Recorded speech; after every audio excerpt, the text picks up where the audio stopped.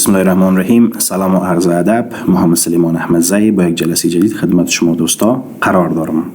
خب بعد از این شما چی داریم؟ کاتگوری به نام پاراگراف داریم. خب سعی کنین، ما قبلا هم گفته بودیم که یک لغت ورد میگه، جمله رو سنتنس میگه، چند سطر که به هم یک جای میشه رو پاراگراف میگن. بازم رقم پیج داکومنت داریم. پس این پاراگراف مطلبش هست این قدر یک نوشته است. روز اول ما براتون گفته بودم بعضی این دکمه ها را به نام اندنتیشن پوینتس داریم. در اینجا اینا رو وظایفش گفته بودم، همون وظایف تقریبا اینجا کار میشه.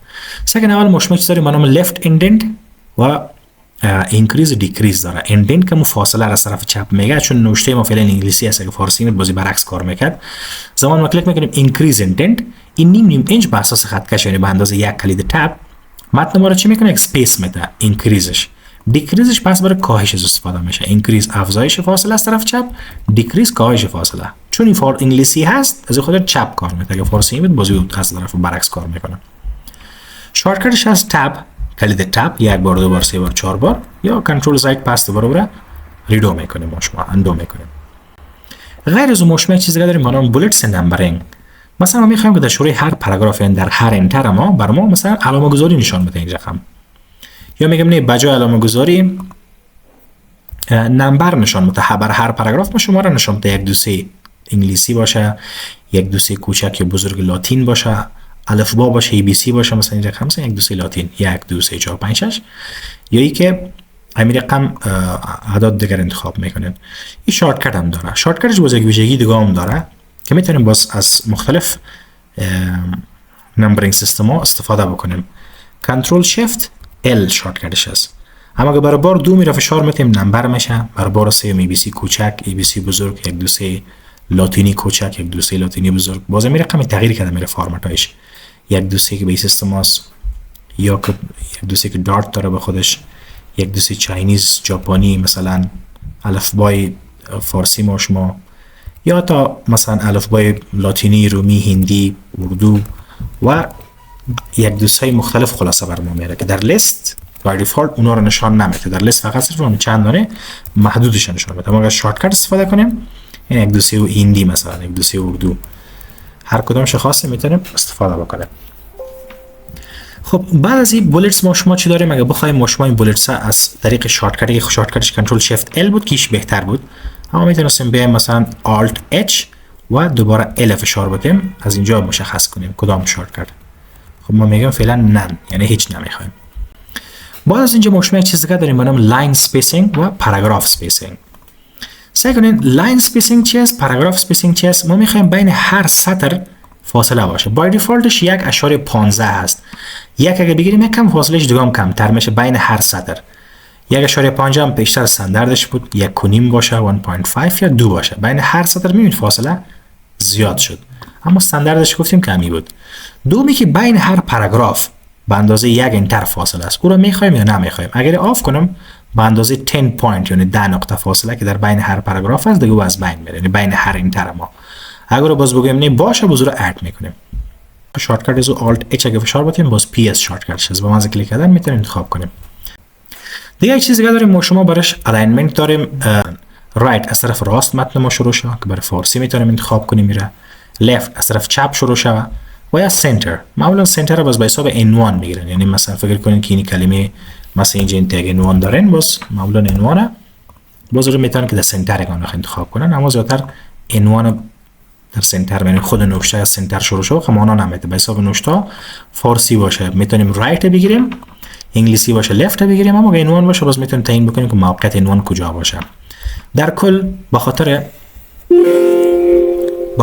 لفت ما شما چی داریم؟ کنترل ال، و به خاطر رایت داریم کنترل آر، به خاطر لفت داریم کنترل ال، و به خاطر وسطش هست کنترل ای. کنترل ای رو کلیک میکنیم دایرکتلی رو سنتر میسازه. و یک چیز دیگه هم اینجا ما داریم به نام جاستیفای. جاستیفای چی میکنه؟ ما شما در فارسی یک تکنیک داریم، مثلا اگه اون حرف جملات بخوایم کلش یک برابر باشه بذار کشکدگی نشته میکنیم که با آخر برسانه میشه. اما در انگلیسی بازی چی رقم میکنه؟ در انگلیسی فقط کم اسپیس زیاد میکنه که این سطرهای رقم پس پیش است. بازی رو انتخاب میکنیم، برش چی میگیم؟ جاستیفای. کنترل جی شارتکتش هست، اگه بخوایم کنترل جی، کنترل ال آر ای جی، کنترل جی جاستیفای میکنیم. این سطرهای آخره داره که در ال کنترل شما که می‌بینیم در لفت الاین یک برابر نیست، در جستیفای می‌بینیم کامل یک برابر نوشته میشه. خب ما گفتیم در فارسی باز ما شما چه تکنیک می‌زنیم، در فارسی باز ما شما رقم کار می‌کنیم. مثلا ما شما فارسی داریم اینجا، مثلا فکر کنید این سطر اول است، این سطر دو و هم سطر سه، مثلا اینا به هم یک برابر نیست، میخوایم اینا رو با کشکدگی نوشته کنیم خاصه که به هم برسه. با شیفت همراه جی میگیرن، باز بعض حرفای زیاد کشکدگی نوشته میکنن. در فارسی با سیستم جستیفای باز به رقم کار میکنن. شیفت همراه جی، شیفت جی، شیفت جی رو میگیرن، مثلا اون حرف مخصوص داره که کشکدگی میره، مخصوصا برای شعر دیگه باز خطا کلش به هم چی میشه؟ الاین میشن، کاملا تو یک برابر میاد، چون به فارسی بازی کار نمیتونه کنه. سگن در قسمت پاراگراف همین چیزایی که ما شما داری بالا خوانیم در اونجا سیتینگ هاش هست. در مثال اندنتیشن ما خوانیم از طرف چپ تو اندنت بدیم، اینجا بس درجه میتونیم کار کنیم.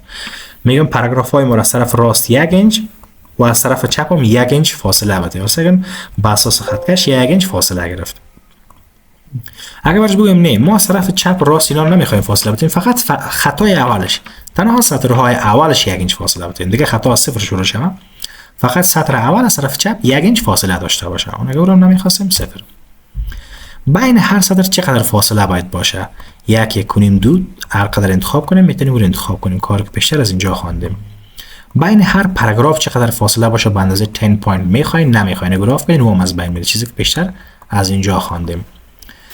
و alignment left center right justify، مثلا اگه بگیریم right از طرف راست متن شروع میشه، این 4 آپشنی که در اینجا خواندیم.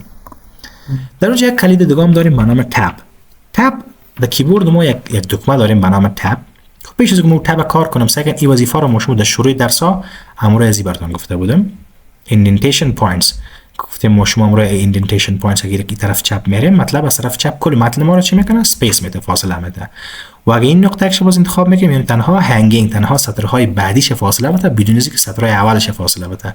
و اگه بالاش کش میکنیم یعنی سطرهای اولش از طرف چپ فاصله بگیره بدون اینکه سطرهای بعدیش فاصله بده. و ایشون از طرف راست رو هم کار انجام میده. یعنی اگه ما از درجه کار نکنیم میتونیم از این پوینتس استفاده بکنیم. سعی کلید تپ و اسپیس اردوش چی میکنه؟ فاصله میده. اسپیس به اندازه یک نقطه، اسپیس فاصله ایجاد میکنه به اندازه یک دات، یعنی خلال هر بارش این اسپیس است. و تب به اندازه نیم اینچ به اساس خط کشی میبینید هر بار که من تب کلیک میکنم سکند 0.5 آمد، باز تب کلیک کردم در 1 آمد، باز تب کلیک کردم 1 و نیم 2 2 نیم، یعنی هر بار نیم اینچ حرکت میکنه. اگر ما خواسته باشیم میتونیم میره تب پوینت برش ست کنیم. مثلا اگه خاص میخوای متن نوشته میکنه شکل جدول میخوای نوشته کنه، مثلا رقم نیم بعدا میخواد یک 2 اینچ فاصله بدهش تا کلاس، مثلا در 2 کلاس نوشته کنه، بعدا من اینجا فی نوشته کنم، میخوای شکل جدول بر وقتی متن نوشته کنه، مثلا نیم علی کلاسش مثلا دی ای تی فیس 500، مثلا نیم زیا کلاس سی ای تی فیس مثلا اینقدر. ببینید ولی این کار ما رو سخت ساخته. چرا ما اینجا از اینجا تا به اینجا زمانی که من 2 3 4 5 بار تب فشار میدم، همون که اون از پیش غلط میشد اینجا 600 میشد میشد، چون من فکر میکردم و یک تب اتومات اینجا رفت، در حالی که چند تب باید من فشار میدادم. برای اینکه این کار ما آسان بسازه نیاز به چندین تب نباشه، ما تب پوینت ست میکنیم. من میگم یک بار تب فشار بده مستقیم در 2 به استاد شود، بعد که تب کلیک میکنم مستقیم در یک عدد دیگه به استاد شود. این رقم نباشه که مثلا از 2 تا 4 کار داشته باشم میره 4 دفعه فشار بدم. باز اینجا میام در بخش تب پوینتس اینجا سر تب کلیک میکنیم، برش میگم اولین تب استاپ ما باشه 2 اینچ، دومش باشه 4، سومش باشه 6. خب همین تا که خواستیم ریست میکنیم. این اوکی میگم. واسه اینجا یک نشانی یک آمد. در این نشانی یک خب این مونوکال مثلا ما شما اینجا نشته میکنیم مثلا نیم، حالا اگه من اینجا کلیک میکنم سر دکمه تب کلیک میکنم دایرکتلی کرسر ما جمپ میکنه تا 2 اینچ. باز اگه سر تب کلیک میکنیم دایرکتلی کرسر ما جمپ میکنه تا 4 اینچ. و بعدش هم اگر خواسته باشیم دایرکتلی 6 جمپ میکنه، مثلا میگیم اینجا نشته شده باشه ایج. زمان اینجا نوشته میکنم مثلا احمد، فقط یک بار تب فشار میدم میره سر کلاس دی ای تی، باز فقط یک بار تب فشار میدم فیس هست مثلا 700 و چند سال است میگم 15 سال است. دیگه نفر علی فقط تب یک بار کلیک میکنم کلاسش 500 و یادم 20 سال است. یعنی کار ما آسان میشه، نیاز به اینه باشه که چندین بار تب فشار بدیم. اگر ما زمان متن دیلیت هم میکنیم این تب پوینت هم تو میمونه اونجا میتونم چون برای دیلیت کردنش باید اینجا بیم. اگر یک دانش دیلیت میکنین انتخاب میکنین میگین کلیر، و اگر کلش پاک میکنین میگین کلیر آل، بعد از اوکی برش میگین. تب پوینت در نهایت چی میشه؟ پاک میشه. و در اخیر از شما دوستای عزیز تقاضا میکنم که اگر ویدیوها براتون مفید قرار گرفته باشه، برای حمایت از ما و رشد کانال ویدیوها رو لایک بکنین، کانال سابسکرایب بکنین. با امید دیدار در جلسات بعد و السلام.